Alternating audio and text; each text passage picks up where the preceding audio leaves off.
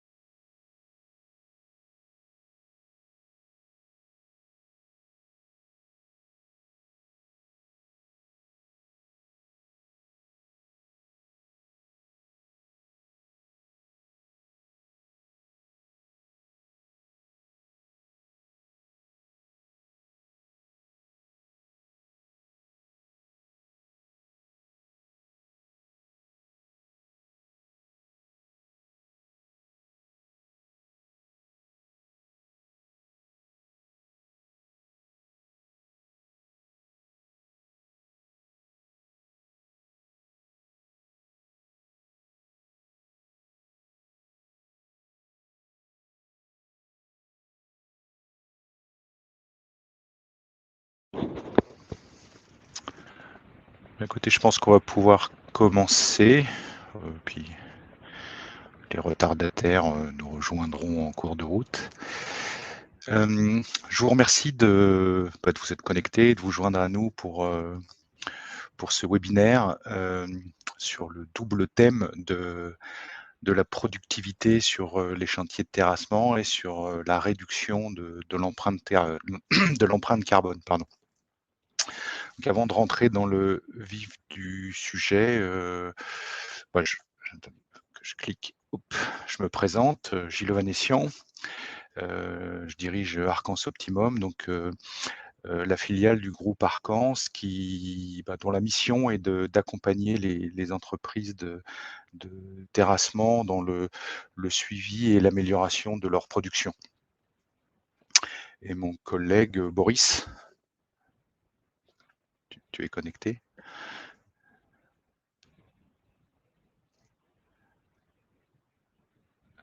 Allô, Boris? Mince.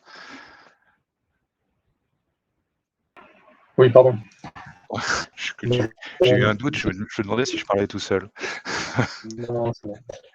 Donc, Boris Bruce, donc, moi j'étais ingénieur travaux terrassement donc, pendant une dizaine d'années avant de rejoindre Consultimum en tant qu'ingénieur application. Et donc je serai là pour participer, pour répondre à aux questions que vous aurez pendant cette séance avec Gilles à la fin de la présentation. Voilà. Voilà. D'ailleurs, à ce propos, oui, il y a un chat, le système de webinaire, là, il y a un chat sur lequel vous pouvez poser vos questions au fur et à mesure. Bon, on les traitera à la fin. Voilà, du coup, j'attaque. En fait, on a organisé la présentation en trois chapitres, trois sujets. Alors, on est parti des chantiers, hein, comment optimiser l'exploitation des machines sur le chantier, parce que la priorité, c'est quand même de produire. Il ne faut pas perdre ça de vue. Et puis ensuite, je vous propose d'essayer de remonter en fait d'un premier cran en se demandant, en réfléchissant sur, en amont du chantier, comment optimiser les méthodes et les échelons, les machines, pour bien préparer le chantier, parce que nous, on a la conviction que en préparant bien et mieux, on va aussi mieux produire. Et puis, pourquoi ne pas remonter d'un cran encore en plus pour réfléchir au niveau d'une flotte. C'est quoi la bonne flotte qui va permettre de servir les chantiers et évidemment de servir aussi les intérêts de l'entreprise, mais et voilà, réfléchir au niveau de la flotte. Du coup, attaquons sur le 1er sujet, le chantier. Enfin, c'est notre point de départ. Nous, on est partis de cette activité-là. Heu et je vais vous montrer en fait, comment on travaille. Donc là, vous avez finalement une vue d'écran de notre plateforme où vous voyez, des pastilles qui symbolisent des machines. Donc là, en l'occurrence, on a, une chargeuse et je sais pas, 2 tombereaux, en tout cas actifs, sur la vidéo.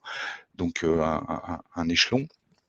Et en fait, on suit finalement les mouvements, de ces engins, c'est ce que vous voyez, mais pas seulement en fait, parce que les mouvements, en fait, on va les analyser en temps réel pour, les convertir en activité. Vous voyez, c'est un certain nombre d'informations là sur cette vue d'écran. Vous avez à gauche là, alors j'espère que vous voyez ma souris, le carré avec écrit activité, où on va voir, finalement la liste d'engins. En réalité, il y en a plus que ce qu'on voit à l'écran, probablement que les autres travaillent un peu plus loin. Et en fait, on voit des barres qui vont symboliser pardon, les heures d'activité. Quand est-ce que les machines travaillent et des couleurs qui vont indiquer, dans quelle zone elles bossent. Vous avez d'autres pastilles, du type, là, de la pastille, par exemple orange avec une flèche vers le haut. Ça, c'est une zone de chargement avec le nombre de chargements, réalisés, à cet endroit-là. De même, vous avez ici des zones de déchargement. Vous avez ici des pastilles, qui indiquent, finalement des zones, d'attente, des endroits où les engins s'arrêtent de façon répétitive et plus la pastille va être grosse, plus, en fait, plus on a d'attente dans ce coin-là. Hem et voilà et donc d'autres plus petites ailleurs. Et en fait, le point de départ de ce qu'on fait, c'est ça, c'est l'activité des engins sur le chantier qu'on va convertir en indicateur. Alors un premier niveau d'indicateur, c'est ce que je viens de dire, hein, donc des nombres et des positions de chargement. Mais du coup, ça permet de remonter à des volumes ou à des tonnes, transportées. Des temps d'attente dont je parlais avant avec, enfin des temps d'attente, des temps de chargement avec, du coup un chronométrage de toutes ces activités-là et tout ce suivi en fait en temps réel, on va ensuite le le convertir, en autres, indicateurs métiers pour, finalement pour aider à produire mieux.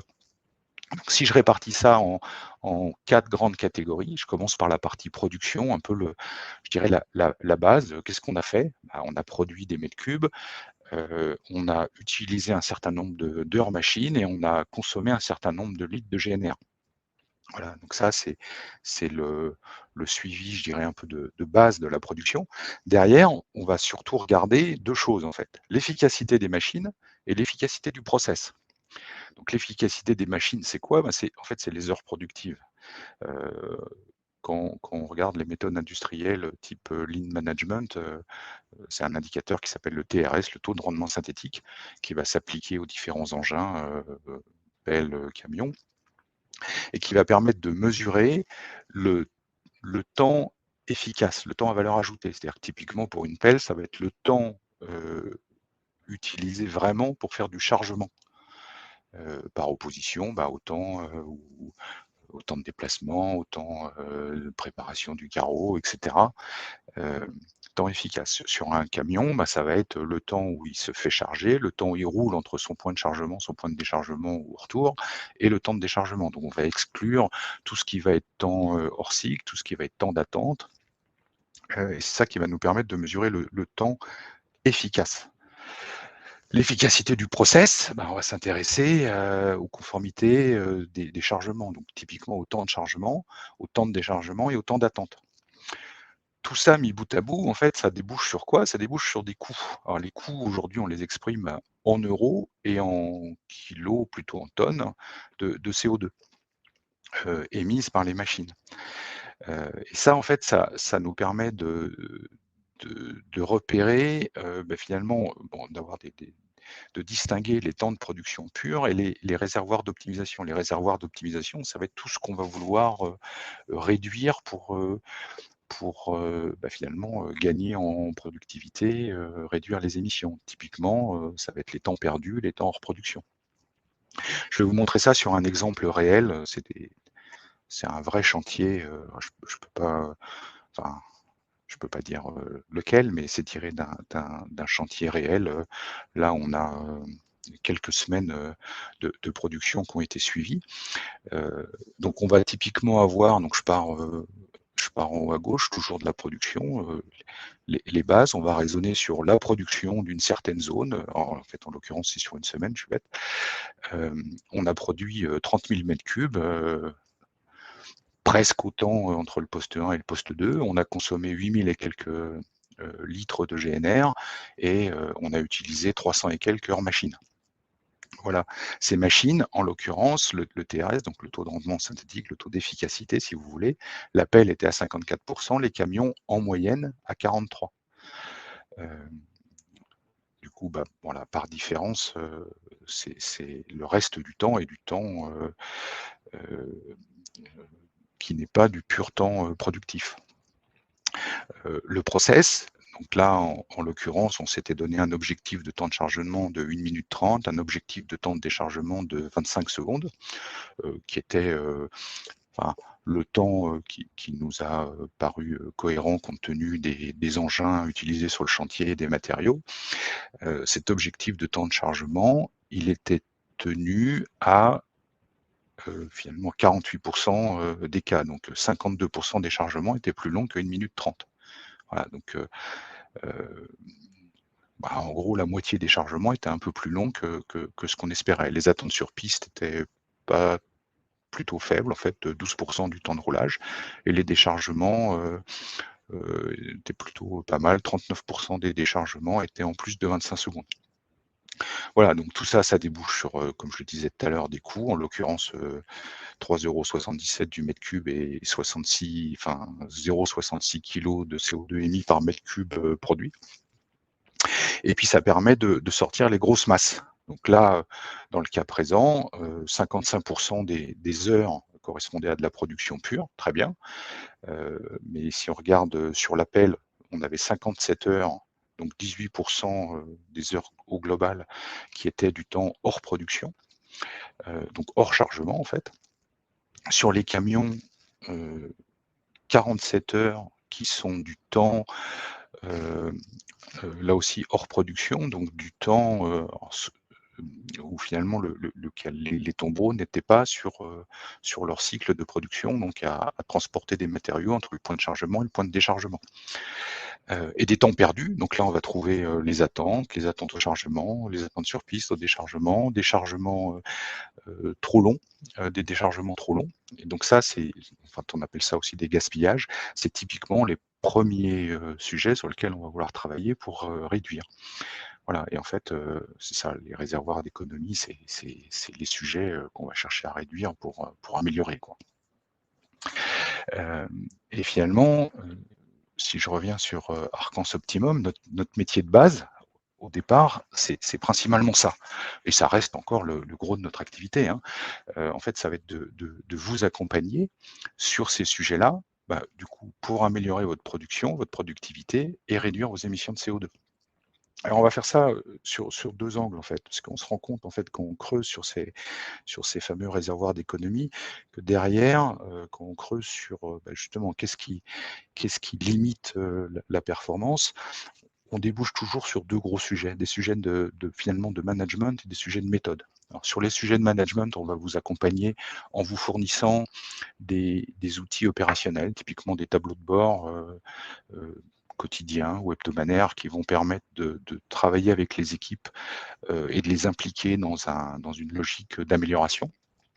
Et puis à côté, sous forme de conseils, donc là, ça va plutôt être sur la partie analyse de données, identification des réservoirs d'économie et proposition d'outils ou de méthodes améliorées, où on va travailler avec vous pour identifier ce qu'on peut faire et travailler à le mettre en place et puis vérifier que c'est efficace. Voilà, rentrer dans des cycles d'amélioration continue. Voilà, donc comme je disais, ça c'est notre métier de base, mais en fait ce métier de base, on se rend compte qu'il débouche sur d'autres choses. C'est-à-dire que finalement, au passage, en faisant ce travail de suivi et d'amélioration de production, ben, on apprend beaucoup en fait. On apprend beaucoup et en fait, ça nous permet de constituer des très bons retours d'expérience qui sont utilisables pour travailler en amont sur les bonnes méthodes, les bons échelons en avant du chantier. Voilà, donc du coup, j'attaque la suite. On peut aussi vous accompagner pour finalement rationaliser vos prises de décision et les optimiser lors de la préparation des chantiers. Alors, plutôt sur des gros chantiers, hein, évidemment. Et on va faire ça comment? En fait, on va travailler ensemble pour, décortiquer le chantier, en gros le décomposer pardon, en un ensemble de tâches. Qu'est-ce qu'on a à réaliser? Un chantier, c'est plein de tâches en fait. Derrière, on va faire des simulations pour regarder, suivant, les engins, les méthodes, les tracés de pistes, le mouvement de terre, combien on va produire, quelle va être la production, quelle va être la consommation, quel va être le coût de production. Et on va vous présenter tout ça pour que vous puissiez prendre des décisions éclairées. Alors là, je parle comme un livre, je veux vous montrer un peu plus, de façon un peu plus concrète, comment ça se passe. Donc, si je le reprends un peu plus doucement, donc on décompose le chantier en tâches. Là, il n'y a pas grand-chose à dire. Typiquement, ça va être, c'est ça, c'est le mouvement de terre, quoi, hein. Donc, on va partir d'un mouvement de terre le plus optimisé possible. Et puis derrière, alors on va regrouper les tâches pour essayer de quand même limiter un peu le nombre de scénarios qu'on va envisager, mais dans le doute, on va quand même garder plusieurs scénarios alternatifs. En gros, sur un ensemble de tâches, on va garder une ou deux tailles possibles de pelle et une ou deux tailles possibles de tombereau, hein. Et derrière, on va dérouler de façon ultra systématique en disant si c'est telle pelle, si c'est tel tombereau et suivant la quantité de tombereau, voilà le coût de production. Je peux le commenter, enfin on le voit sur les exemples là sur la droite. Si on prend une ZX 490 et 3 à 30, on arrive à 1,37 € du mètre cube en coût de production, une capacité de production de 280 mètres cubes à l'heure, et on va émettre 0,65 kg de CO2 au mètre cube. Voilà, etc., etc. Alors évidemment, sous forme de listing comme ça, c'est pas très digeste. Donc derrière, pour aider à la prise de décision, on va se ramener à des choses assez bêtes. On ramène ça, en fait, chaque échelon, donc chaque échelon, c'est un point là, hein, sur un graphique, production horaire en mètres cubes à l'heure, coût en euros par mètre cube. Et du coup, en fait, c'est assez simple, hein, en bas à droite, on a les échelons qui produisent beaucoup à pas cher. Donc évidemment que c'est ceux qui nous intéressent. Ceux-là, ils produisent pas beaucoup et ceux-là, ils coûtent cher. Donc on élimine assez vite. On garde une shortlist. La taille des points permet de visuellement se rendre compte lesquels émettent le plus de CO2. Donc en gros, plus la bulle est grosse, plus ça émet de CO2. Et puis du coup, après, il y a un arbitrage. Alors c'est pas nous qui allons faire cet arbitrage-là entre production, coût de production, émission de CO2. Et la bonne solution va dépendre forcément un peu du contexte, bien évidemment. Voilà, et on va faire ça pour chaque tâche du chantier, et puis derrière, ça débouche sur le plus classique, quoi, hein, les méthodes, le planning et la réalisation du chantier. Voilà, et du coup, une fois qu'on est remonté à ce niveau-là, en fait, on a envie, enfin, en tout cas, nous, on a eu envie de remonter un cran encore avant et puis de réfléchir au niveau de la flotte. C'est quoi la bonne flotte pour bien servir les chantiers et comme je disais tout à l'heure, bien servir l'entreprise. Du coup, là, c'est des choses un petit peu moins classiques. On en est à regarder effectivement comment sont faites les flottes de façon pratique, comment les machines tournent. Et là, c'est ce qu'on illustre sur ce slide-là. On a réalisé une étude sur 139 machines entre, vous avez les dates là, donc début juillet et fin novembre de cette année. En fait, quand on prend une flotte comme ça, on se rend compte assez vite, et c'est assez général en fait, hein, que certaines machines tournent beaucoup. Voilà, on a 20% des machines là, en orange qui tournent entre 4 et 5 jours par semaine. très bien. Mais finalement, là, de ce côté-là, on est plutôt à, en moyenne, moins d'une journée par semaine ou moins de 2 jours par semaine. Enfin, il y a pas mal de machines qui tournent assez peu. Est-ce qu'il n'y a pas des choses à faire, quoi? Et moi, je pense que dans certains cas, si, bien sûr, et qu'il peut être malin de effectivement mieux cibler sa flotte, arbitrer un peu différemment entre j'achète et je loue. Alors, je parlais un petit peu vite, j'ai oublié de commenter le camembert sur la droite. À gauche, en fait, on a regardé l'utilisation des machines à la journée, et puis à droite, on a zoomé quand elles tournent, est-ce qu'elles tournent beaucoup? Et là encore, on se rend compte que il y a des machines, en fait, quand elles tournent 1 heure par jour. Alors, ok, c'est que 2% sur l'exemple qu'elle a, hein, mais enfin bon, si on prend, enfin, je sais pas, là, c'est presque un quart qui tourne moins de 4 heures par jour. J'exagère un peu quand je dis un quart, mais bon, c'est pour forcer le trait. Voilà, donc il y a pas mal de réflexions autour de peut-être qu'on a intérêt à faire en sorte que les machines tournent plus et puis à bien arbitrer entre achat et location. Sur les consommations, c'est pareil en fait. Dès qu'on commence à regarder, là le graphique que vous voyez, en fait chaque point c'est une machine. En abscisse, vous avez les heures de marche et en ordonnée, la consommation, enfin, ou en l'occurrence les tonnes de CO2 émises, mais c'est très directement lié. Donc, bon, il y a une tendance évidemment, plus les machines tournent, plus elles consomment, plus elles émettent de CO2. Ok, ça c'est pas un scoop. Après, quand on regarde d'un peu plus près, on voit assez vite que globalement, les grosses machines consomment plus que les petites, mais c'est plus ou moins vrai. Là, on le voit, enfin, sur les 3 exemples qu'on a pris là, qui sont assez représentatifs, hein, les 329, donc les points orange, sont plutôt globalement au-dessus des points bleu clair et bleu foncé, donc les 320 et le 325. L'écart entre les 320 et les 325 est quand même pas franc, quoi. Hein. Alors pourquoi? En fait, on sait pourquoi. C'est parce que derrière ça, et c'est là où il faut creuser jusqu'à ce niveau-là, les machines, en pratique, elles ont des tâches différentes. Et ça, on s'en rend compte, nous, on le voit très bien quand, justement, sur les chantiers sur lesquels on a fait du suivi. En fait, en fonction de ce que font les machines, elles vont vraiment avoir des consommations qui peuvent être très variables. Et il y a besoin de remonter à ce niveau-là pour faire des bonnes analyses. Toujours est-il qu'en faisant ça, on va repérer les machines qui émettent pas beaucoup, les machines qui émettent plus, et on va un peu, c'est les mêmes idées que ce que je vous montrais avant, on va pouvoir isoler les gros consommateurs et les sujets sur lesquels travailler pour réduire les émissions au global. Et voilà, et ça, c'est des choses aussi sur lesquelles on peut vous accompagner, y compris en allant réfléchir sur comment réduire. Voilà, donc comme je le disais tout à l'heure, nous on est parti vraiment de l'optimisation de la production, et puis de là on est remonté aux études de dimensionnement d'échelons en amont, et puis sur des réflexions au niveau du parc et des travaux au niveau du parc.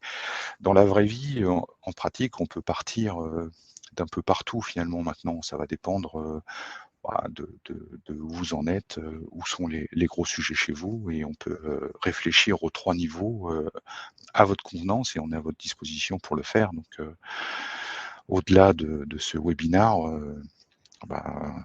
n'hésitez surtout pas à nous solliciter, à nous challenger sur ce qu'il est possible de faire, à proposer plus en détail. Voilà. Dans tous les cas, pour moi, ce qui est important, enfin, c'est tout ça, en fait, ça s'inscrit dans des démarches d'amélioration continue.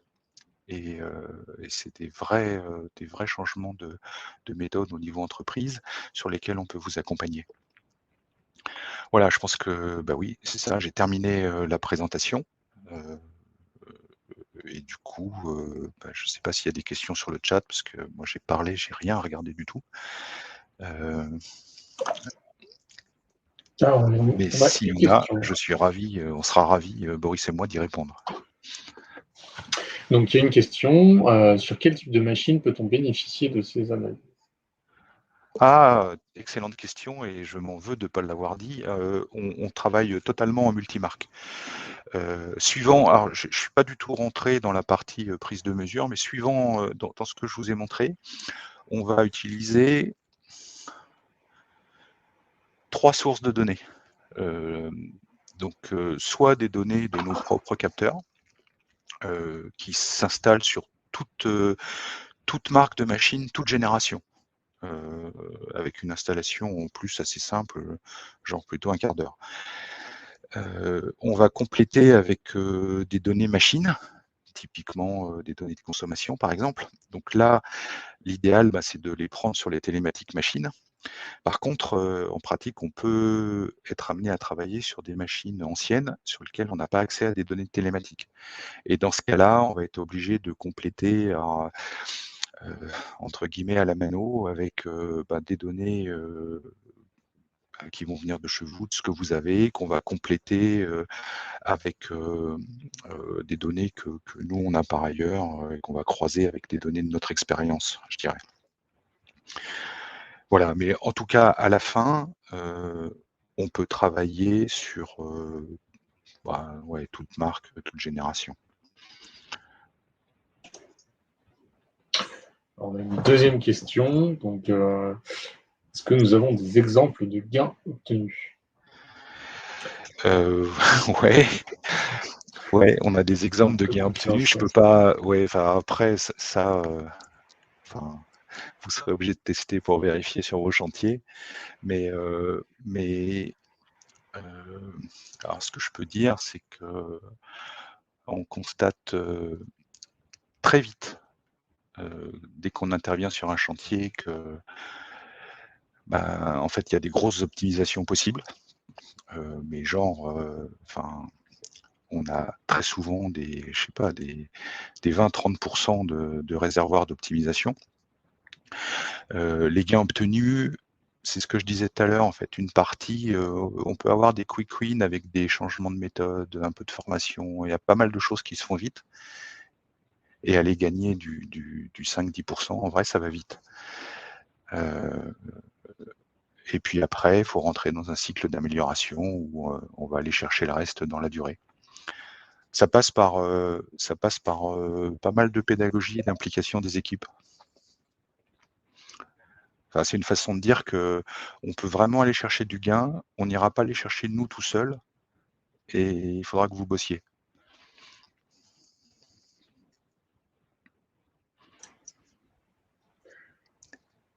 Très bien, on a une autre question. On nous demande, est-ce qu'on utilise votre système plutôt que les différentes plateformes des constructeurs? Oui. Oui et non. C'est peut-être pas la question. Quand ils disent les plateformes des constructeurs, on parle plateforme télématique, j'imagine? Je Peut-être pas pense dit dans la aussi. question. Je pense aussi. Je pense que c'est Visioning, c'est Contract, ce genre de choses. D'accord. Alors, la réponse est oui. Après, on utilise aussi, typiquement, on va aller chercher des données de consommation sur les plateformes des constructeurs ou via des intermédiaires type Hibou. Mais pour travailler vraiment sur l'optimisation, on a besoin de plus, et ça, du coup, on va chercher la donnée complémentaire via nos propres capteurs. On peut pas, là, ce qu'on vous a montré, tous les ratios, tous les KPI liés à l'amélioration de la production, ils viennent de nos systèmes, en fait. Ils viennent pas des plateformes constructeurs. Très bien. Alors, on a deux questions qui sont assez proches. Donc, par rapport aux 3 capteurs posés sur les machines, quelle était la grandeur mesurée? Était-ce uniquement la position du véhicule sur le chantier ou d'autres paramètres sont pris en compte? Et une autre qui est comment est mesurée la production en mètres cubes réels?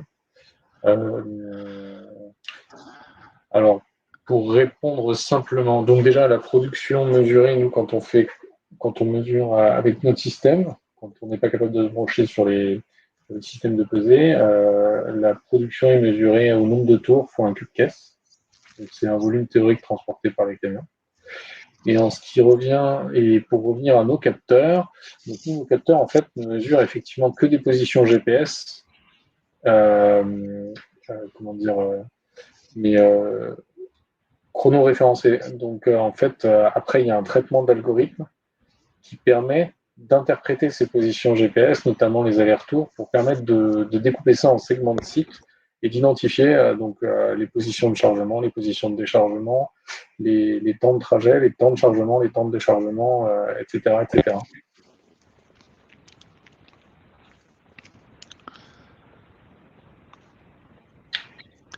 Je ne sais pas si j'ai bien répondu à la question. Bon, ils vont dire sur le chat. Ok, c'est bon. Ah, cool. Ça y est, j'ai trouvé le chat en attendant, moi. Ah, excellente question. Je la vois, la dernière, là. Donc, y a-t-il des liens avec les systèmes de guidage et ou d'assistance aux opérateurs? les deux, je pense que les deux dernières questions sont liées. Je lis la dernière. Du coup, pas de productivité mesurable sur un bulle. On a des chantiers pilotes sur le sujet. Donc, je dirais qu'on n'est pas en mode industriel sur ces deux questions-là. Mais on n'en est pas si loin. On n'en est pas si loin. Du coup, c'est testable si vous avez envie.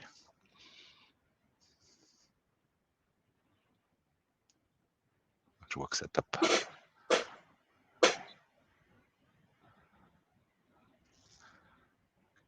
Combien de temps pour déployer la solution et recevoir des premiers résultats? C'est pas une question aussi facile que ça. Alors, combien de temps pour déployer la solution? Je dirais la partie paramétrage, installation, ça va vite. Ça dépend presque plus de vous que de nous, parce que comme je disais tout à l'heure, le temps d'installation des capteurs, en gros, c'est un quart d'heure.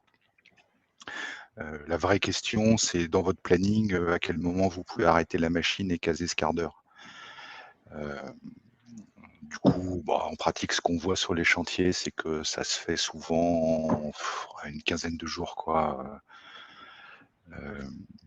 Parce qu'en fait, les capteurs s'installent un peu de temps en temps. Voilà. Ça peut se faire en moins, hein, ça peut se faire en une semaine, mais disons 15 jours pour être large. Le paramétrage, le premier paramétrage de la plateforme, il se fait en parallèle de ça. Non, mais c'est Après, ça, je pense que tu es sur 15 jours, donc pour l'aspect purement logistique, le temps d'avoir les capteurs sur site, de les brancher sur les engins. Après, effectivement, en parallèle, il y a la réunion de préparation qui permet de repérer les zones et de faire le paramétrage. Et donc, tout s'accumuler, ce qui prend le plus de temps, finalement, c'est plus de l'organisation de rendez-vous et d'arrêt des engins pour brancher les capteurs qu'autre chose. Mais effectivement, 15 jours, c'est le bon ordre d'idée. Qui peut voilà. être compressible si besoin. En fait, effectivement, comme disait Gilles, ça dépend plutôt de vous. Après, nous, ce qu'on recommande, c'est de laisser au moins 15 jours de phase d'apprentissage. Et du coup, en pratique, au bout de 15 jours, on vient vous voir avec une première analyse de données et une première idée sur les sujets à travailler. Voilà, et à partir de là, après, ça dépend un peu de ce qu'on a vu pendant les 15 premiers jours, mais on a un premier feeling en 2 semaines.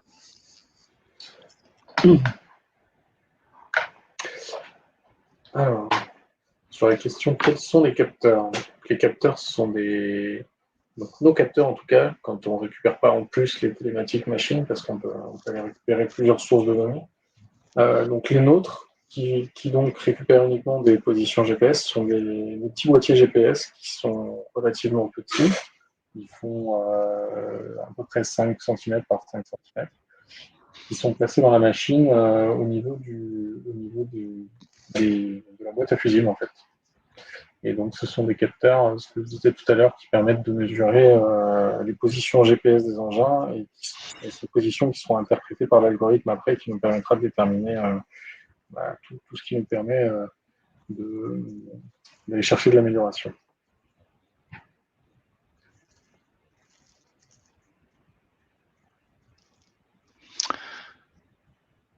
L'attribution des tâches de la machine aux positions mesurées par GPS se fait-elle uniquement sur des critères là aussi de position avec des zones et des tâches, ou bien l'info temporelle est considérée aussi? L'info temporelle est considérée, clairement.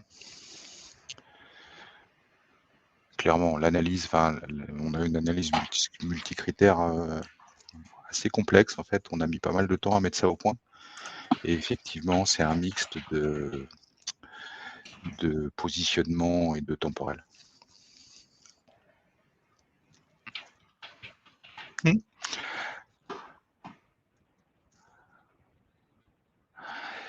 Quel est le taux de réussite moyen du comptage automatique par rapport à la réalité, nombre de cycles calculés par l'algo,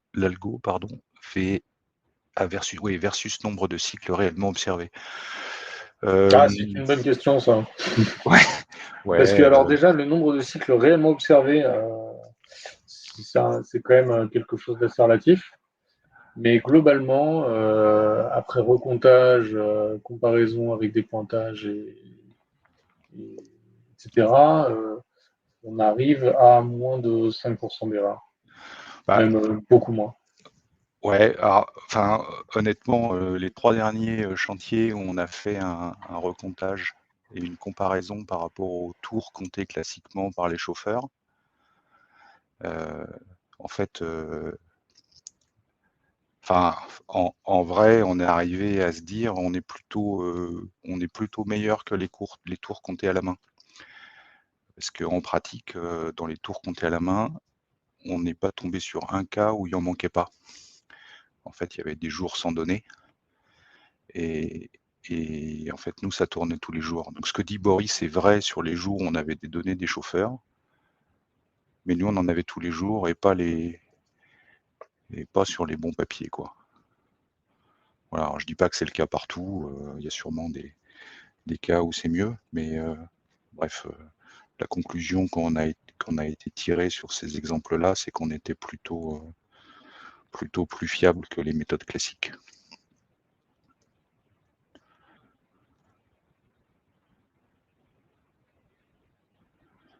Voilà, ça s'emballe, j'ai provoqué des réactions là. Quelle précision est observée sur les positions GPS mesurées? Ah bah, ça, c'est extrêmement variable sur la couverture GPS. Je dirais qu'on est dans le mètre, nous, mais après, ça dépend. non, on n'est pas dans le mètre, non, c'est du GPS classique, donc on est plutôt des précisions Oui, de GPS à 10 classique, donc mètres. plutôt 5 mètres, quoi. Oui, mais on est plus précis que ça en règle générale, quand même. Après, on joue sur la multiplication des points et effectivement on lisse, donc on améliore par l'algorithmie, et effectivement qu'on a des soucis il peut y avoir des soucis de masquage, de réception satellite, mais c'est pareil, en fait on les filtre et on arrive à travailler avec. Donc en pratique, on arrive à travailler sur tous les chantiers. Et la question d'après, a-t-on des informations sur les heures de marche? Oui. Alors oui, ça c'est, on n'a pas parlé, mais les capteurs permettent de récupérer des positions GPS et permettent aussi de détecter les heures de marche des engins sur lesquels ils sont branchés. Oui, c'est ce que je disais tout à l'heure. En fait, on a les infos un peu de base sur la production, les heures, les consos. Et puis derrière, on les traite pour aller plus loin.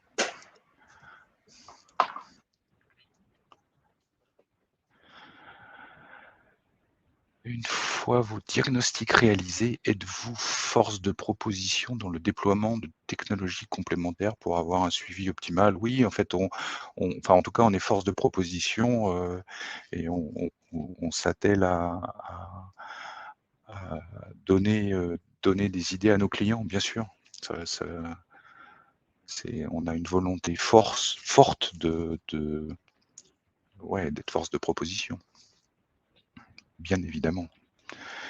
Et ça se matérialise effectivement, c'est ce que je disais, par des propositions sur les méthodes, sur les outils, des fois sur la formation, sur les bonnes pratiques. On peut être amené à intervenir aussi pour faire finalement de la pédagogie.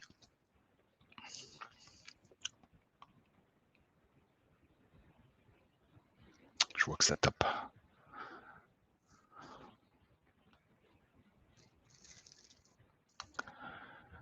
On parle souvent des cycles pelle-tombereau. Vous faites aussi compacteur, scrapper. C'était une question, en fait, on y a déjà répondu. À un moment, il y avait des questions sur le bulle. Pas encore, mais pas si loin. Et du coup, ce que je disais tout à l'heure, je peux redire, en fait, on est à un stade où on fait des projets pilotes. On n'est pas encore en mode industriel, mais on peut faire du projet pilote, et on sortira des résultats. Y compris, j'avais pas fait attention aux scrappers. Scrappers, en fait, on a instrumenté des scraps justement pour y travailler. Mais du coup, c'est dans le tuyau assez avancé, ouais, les scrappers.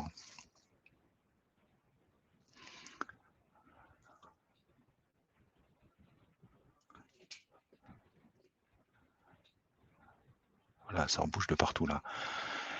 Réconciliez-vous dans vos tableaux de bord vos données avec celles collectées de façon plus traditionnelle sur les chantiers? Oui, oui, alors en fait, on l'a dit en fait sur les questions, sur la vérification du comptage de tours.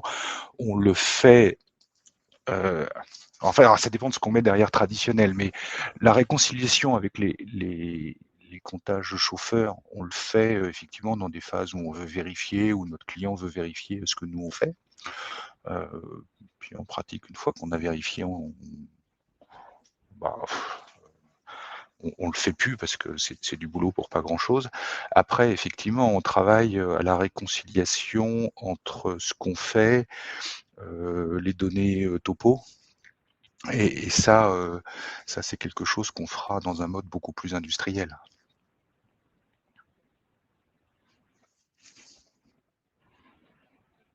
J'ai peut-être répondu un peu plus large que la question en fait, mais c'est pas grave.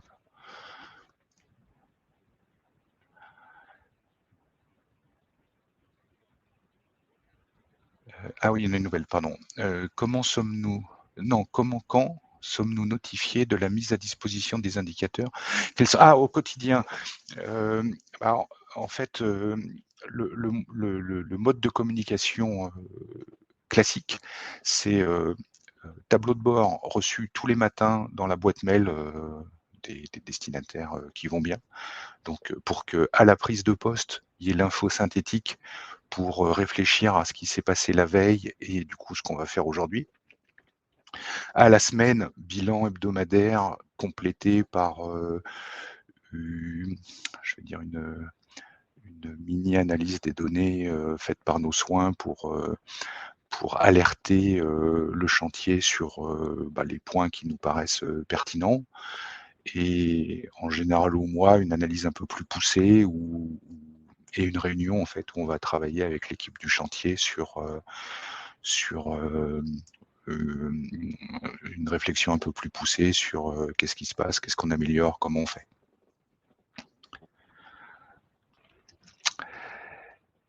Non, mais... Alors la question, si tu peux me Ah oui, j'ai pas lu la question, avez-vous pardon. déjà interfacé vos données et des ERP? Mais on est prêt à le faire. Et moi je pense que c'est effectivement c'est pertinent parce qu'on se rend compte ce qu'on fait en fait fiabilise, alimente en fait et fiabilise le rapport de chantier. Et en fait beaucoup de données se retrouvent à la fin dans le RP quoi. Hein. Et donc ouais bien, enfin c'est une question qui fait beaucoup de sens. Euh, et bien évidemment qu'on pourrait faire des choses à ce niveau-là. Ouais.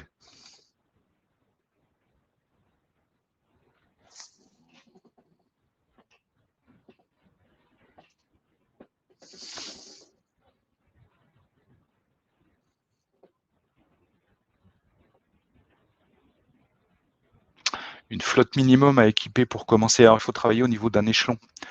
Le minimum, c'est un échelon. Parce qu'en fait, l'échelon, c'est un ensemble de machines qui doit travailler ensemble, j'ai envie de dire en harmonie. Instrumenter un échelon partiel, ça n'a pas de sens parce que du coup, on va avoir des infos partielles à l'arrivée, quoi. Donc, le minimum, c'est l'échelon.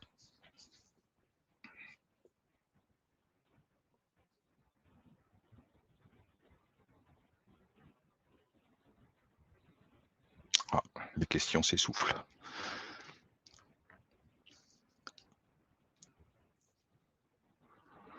Bah, écoutez, s'il n'y a plus de questions, je vous remercie pour votre écoute et vos questions.